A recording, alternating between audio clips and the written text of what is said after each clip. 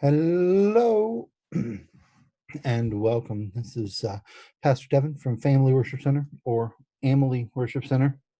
My little my little background there, but wanted to take some time and do this devotion and share some information from the folks at Reboot Recovery. They are wonderful people that work with soldiers and their families who have come back and are dealing with trauma, emotional support issues, things of that nature. Wonderful, wonderful ministry. So glad to know about them and be able to share their resources and share this devotion with you.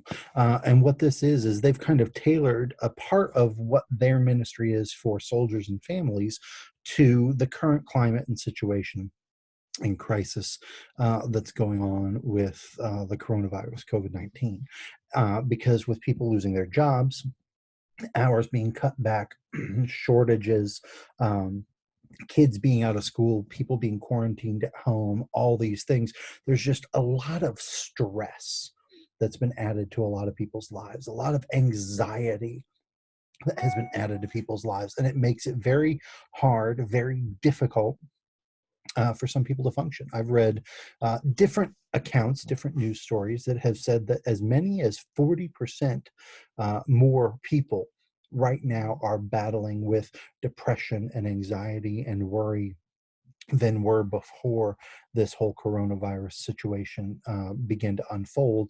And that is that is not counting the people that were already dealing with depression and anxiety because of financial stress or family stress or whatever it might be. So that's just new people that are struggling. And so my hope is that in sharing this video series with you, that it can encourage you, it can help you. It can maybe put a couple of tools in your toolbox, mentally, emotionally, things you can do for yourself, for your family.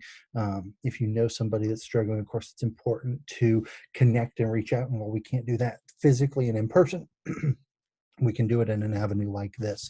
And so without further ado, what I'm going to do is share the video with you in just a second here. I've got to get it all fully pulled up and ready to go. But share this video with you from the folks from Reboot Ministries. And this is a 5-part series. Now, again, I'm recording this, and so you can watch it at any time, and I'll do that with all 5 parts over the next week. So you can come back to it as well. And if you want the manual, the workbook that he's going to refer to in here, I have a copy of that. He gives you the website. You can go and download it directly from them.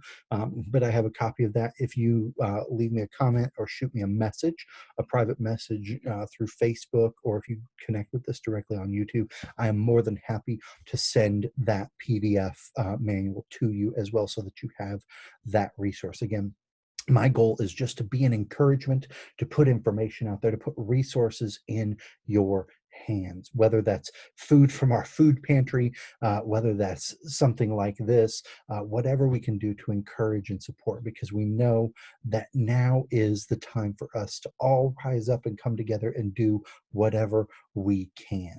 So here is session 1 from the Reboot Recovery Ministry folks, and I hope that this speaks to you and that you enjoy, and not just enjoy, but get something valuable out of this. And then I'll come back at the end with a couple of kind of closing thoughts before we end, and then we'll do this with the other sessions as well. Here we go.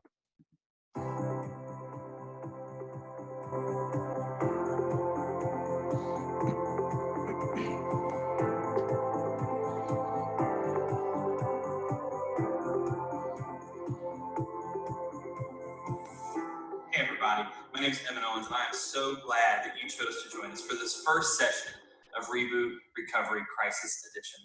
This is actually part 1 of a 5-part series that at the end of this, you're going to be able to go if you want to and download all 5 videos and a workbook for free at rebootrecovery.com. What if I told you that our natural response to crisis and trauma is often actually more damaging to us long term than the crisis and trauma was itself? Would you believe me? Because in just the next few minutes, I hope to help you sort of see how, yes, that is not only true, but it's something that can fully be avoided, how you can not fall into the common pitfalls and do some things a little bit better. Too many of us aren't mentally, emotionally, and spiritually prepared for the difficult days that lay ahead. Some of us are overcome by anxiety, wondering how are we going to pay the bills now that we got laid off. Other people are worried, how am I going to keep maybe my aging parent healthy during this season? Still others are watching, they're endlessly scrolling on Facebook saying to themselves, when is it all going to come crashing down? And they're overcome by that fear.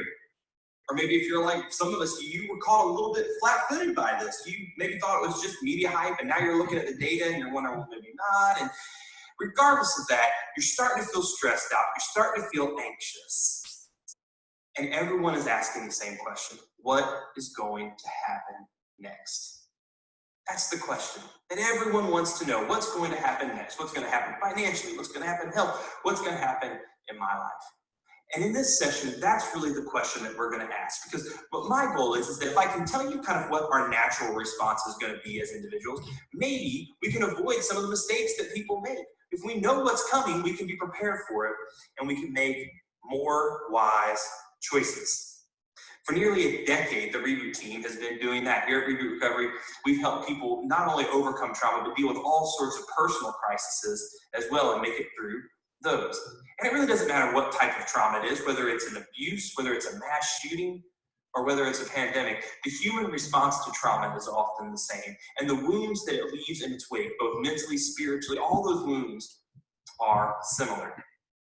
And so the response to those things, the response to those wounds are similar, and the healing process is quite similar. And we're going to show you, again, how you can avoid some common pitfalls and mistakes that people make when trying to heal from these in just the next few minutes. And as this crisis starts to unfold, undoubtedly, you're going to see some of what I talk about unfolding not just in your life, but also in the lives of others.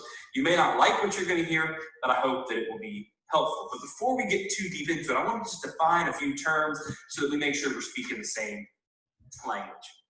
First, let's talk about this term trauma. What is it? Trauma is simply this. It's most clearly defined as a deeply disturbing or distressing experience. Some of us are very familiar with the word because we've had all sorts of traumas, from abuse to childhood to neglect to you name it. We've experienced trauma. And some of us who have had traumas can look back at our lives and say, man, those really did change the trajectory of our lives. And so if it's true that trauma can change the trajectory of your lives, well then, don't we want the trajectory of our lives to be changed for the better than for the worse? Don't we want it to be constructive rather than destructive? And some of you right now are probably thinking, Evan, yeah, I'm sure I'm stressed out, but I wouldn't define what I'm going through right now as traumatic, and that's okay. It may not be full-on traumatic for you, and that's okay. You call it whatever you want to. But again, our goal is to equip you with the tools needed so that you and the people you love can make it through this crisis and come out better than the other side. Isn't that what we all want? I mean, wouldn't it be like amazing if at the end of this we could get through it all and say, you know what, I'm actually glad that happened, because I feel like it helped me become a more complete version of myself. I'm grateful that it happened because it exposed some things in my life that I was able to work on, and now I'm better than I was before. Wouldn't that be like just amazing? And it is possible. But I gotta say, I don't think it's very likely. Instead, I'm afraid that most of us will end up getting stuck and will make choices that actually lead to more bondage than freedom. And we don't want that to happen. And again, what I'm going to share today is really based on all the patterns that we've seen on sort of what is that normal, natural response when people go through things, when they turn to their natural coping mechanisms. What do most people do? And that's kind of what I'm basing this off after the thousands of people that we've seen. And again, because I can show you their patterns, and wise people learn from the mistakes of others. And I want to share some of that wisdom that I've learned from them with you. And when I talk about a natural response, what do I mean? I just mean the response that if additional discipline or intervention isn't put in place, this is sort of the path of least resistance. This is where you'll naturally go and end up. And here is that natural pattern. 4 steps. First, we'll deny. Then we'll cry. Then we'll numb. And then we'll run. And then we'll run. Deny, cry, numb, run. So let's slow down a minute. Let's kind of see how that plays out. So first, we deny. So when the trauma first occurs, and some of you may have recognized this in your life, when the traumas first begin, the crisis first begin, our natural reaction is to deny that it's happening. Or if it is happening, it's happening to someone else. It's not in our backyard. It's not happening to us because after all, we're good people. We deserve good things. Surely this terrible thing shouldn't or won't be coming into my life, right? Into our lives. Right? And so we comfort ourselves with these cliches like this too shall pass and those sorts of things. And our denial, I want you to hear this, this is not driven by stupidity or ignorance or naivety, right? That's not what's actually driving this need to deny, because we're not actually even cognitively lying to ourselves because we truly believe that it won't impact us. But I want to unpack this a little bit because denial is merely a reaction to the inconvenience of reality. I mean, let that sink in. It's a reaction to the inconvenience of reality. Denial happens when our post-crisis reality doesn't fit into the way we envision our lives. Because to feel any part of it would be to feel all of it.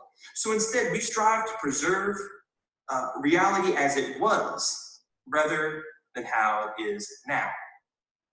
And so we deny. And the longer we deny, the more we isolate from people, because after all, being around other people would force us to accept the reality.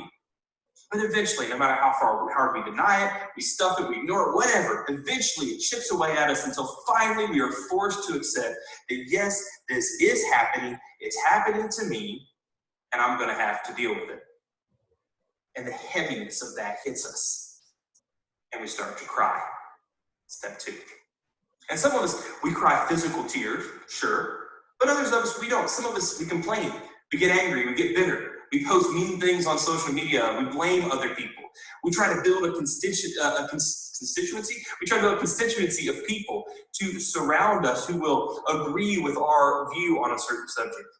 But here's the crazy part. A lot of times, those people that we surround ourselves with, they actually don't have any real answers either. Their coping mechanisms aren't much better than ours. And so it's sort of like the blind leading the blind, right? I mean, this is not a good scenario. And too often what actually will begin to happen is they'll start to help us justify our own level of stuckness, and we'll end up going nowhere. You know, some of us, we have people in our lives that are so-called friends that they aren't going anywhere and they want to keep us from getting anywhere. We have to look out for those people during this time period because they're going to do the natural path, the passive path.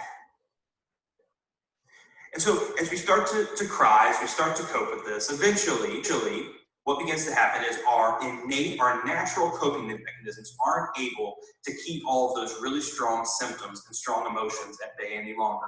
The anxiety begins to overtake us. The fear overtakes us. The depression that takes us. The stress, whatever it is, starts to overtake us. And so we begin to, step 3, we begin to numb.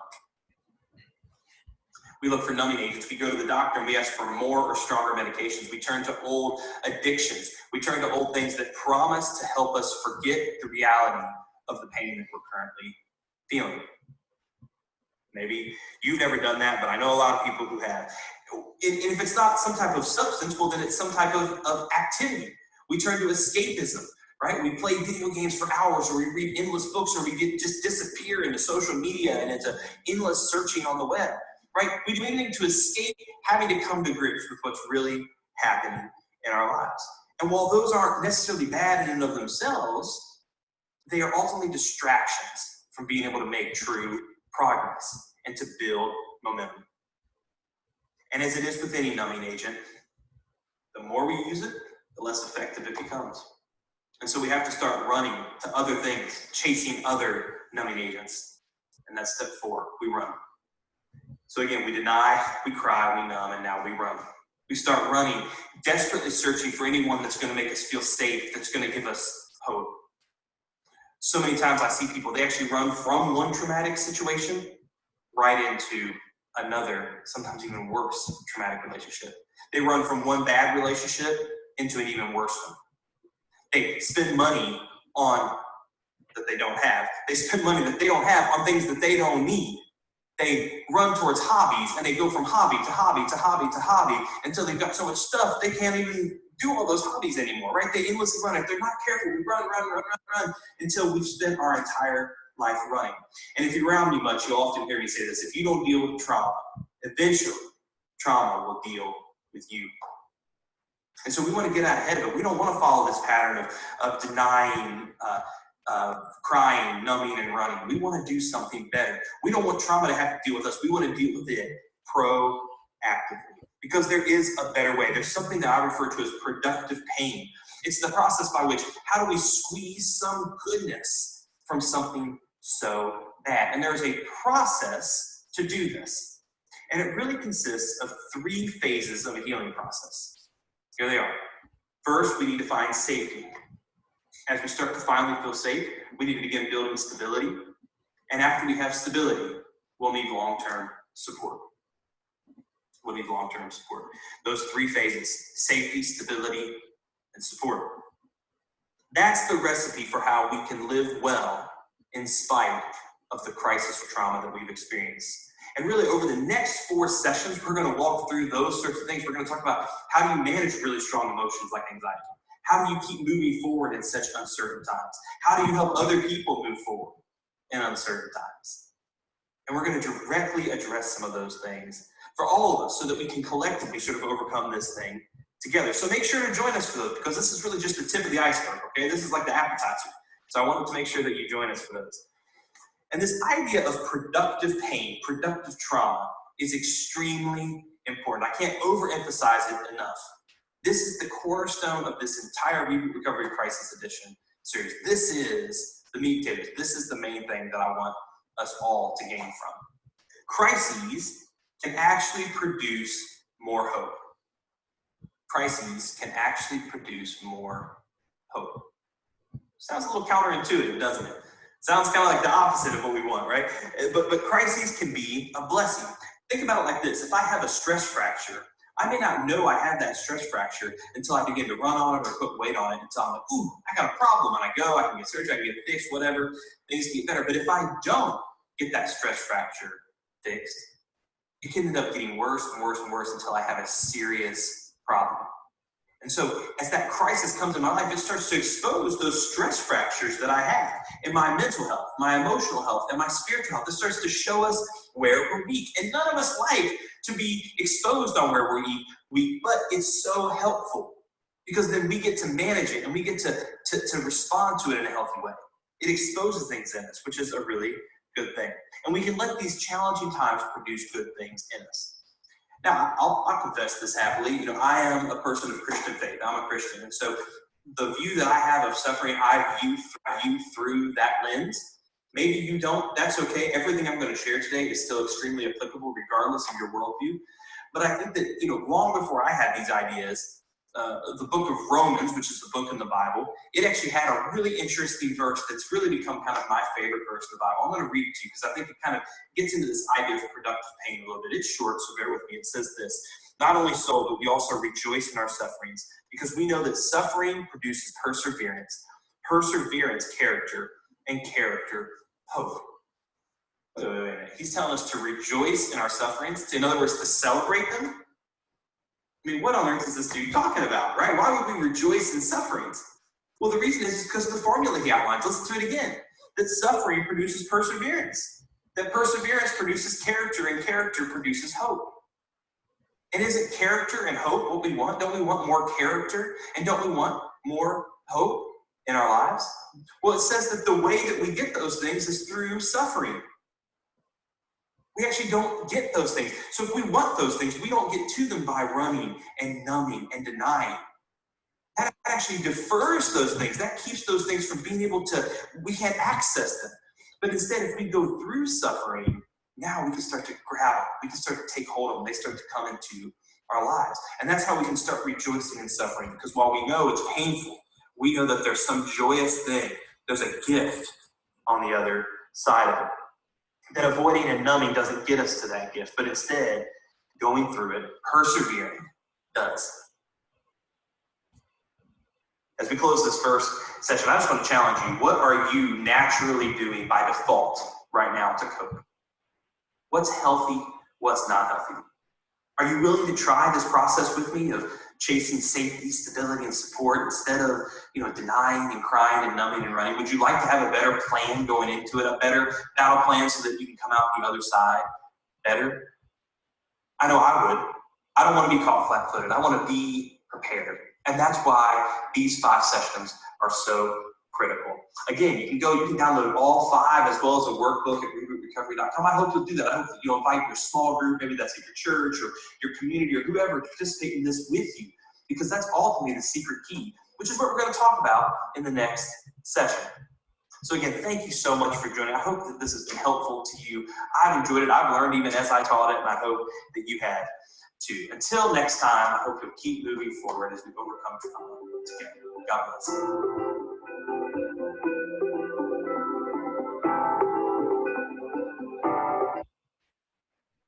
Such good information. And again, there's the website if you want to go directly to see the resources that they have available. Highly recommend that you do that. And again, if you have a loved one in the military, if you're in the military, if you're married to somebody in the military and you have experienced combat trauma or just any kind of trauma from that life, they have incredible resources specifically designed for military and their families as well. Love the Reboot folks. Fantastic. Again, we're going to continue this series and help people, hopefully through these videos, look at dealing with these traumas and focusing on the right things, running towards the right things. Because again, what he said was so true, that if you don't deal with trauma, trauma will deal with you. And right now, there are a lot of people that are still processing what's going on in their lives. They're still trying to make an account of what's going on in their finances. Maybe they don't even know. Maybe you don't even know because you're not quite sure. Maybe you have just lost your job, or you still are working, but the hours are cut, or you're waiting for the stimulus check, or whatever it might be. And all of that can produce this extra anxiety. And again, if we don't run to the right things, if we don't look for the safety and the stability and the security like he's talking about, we'll look for those numbing agents, those things that make it feel better temporarily, but don't actually address the issue and help us overcome the problems that we are facing. I wrote this down based on something that he said in the video. This isn't exactly what he said, but this is my words based on is that we can, let times of crisis produce hope or helplessness. Now, he talked about times of crisis producing hope, but what I said is, what I wrote down is, we can let times of crisis produce hope or helplessness based on where our focus is. My encouragement to you as we close this session together, number one, I hope you'll come back and join us for the other videos, because I believe there's a lot of information here, a lot of just tools, again, that you can, as I said, put in your toolbox to help you, maybe to help others. And we just want to put this out there for you to encourage you. Give us the opportunity, maybe in the future, to gather. I'd love for you to actually join us, and we'll post the links on the Facebook pages for the church, Family Worship Center, as well as in our Rocks group, because we just love working with you guys as well. But we're here to let you know that you're not alone. This too will pass. And if we can help you in this time, keep your focus in the right way, on the right things, and take the right steps, so that what is a crisis now doesn't become an even bigger crisis through just giving up or making more wrong decisions based on what you're seeing in front of you and not having a complete picture, feeling alone. All those things play into it. And I want you to know that you can make it through. You can make it through, but nobody is meant to do it alone. I teach this in my church services all the time. I tell my people probably at least once or twice a month in my Sunday morning messages, isolation leads to defeat. And of course, right now we're isolating physically because that's what we're being asked to do. but don't allow yourself to be isolated emotionally, whether that's participating in a group like this or talking, Snapchatting, Marco Poloing, FaceTiming, whatever, friends and family, reaching out online, whatever you need to do. And again, right here, I'm here for you as well. If you need prayer, if you need somebody to talk to you a little bit, I am happy to do that as well. Just let us know. But we want you to know you're loved, you're not alone, and if you have experienced this time as a time of trauma and you feel anxious, depressed, hopeless, frustrated, whatever it might be, know that there are people in this with you. And I believe we can make it through. The Bible says a very, very powerful passage in the book of Romans that God causes all things to work together for the good of those who love him and are called according to his purpose. Even the bad things, he doesn't cause them. He's not doing them. He's not out to get you to teach you a lesson, but he does take those bad things when you allow him to, when you run to the right places, the safety and stability like he was talking about, and he can bring good out of them. Again, I'm recording this on Saturday night before Easter. Saturday was probably the most hopeless day of the 3 days. The crucifixion was terrible. But that Saturday, there was nothing. There was no sign that there was going to be any change. And yet, Sunday comes, resurrection comes. There's always hope. I love you guys. I'm here for you, and I look forward to talking to you more very, very soon. Goodbye.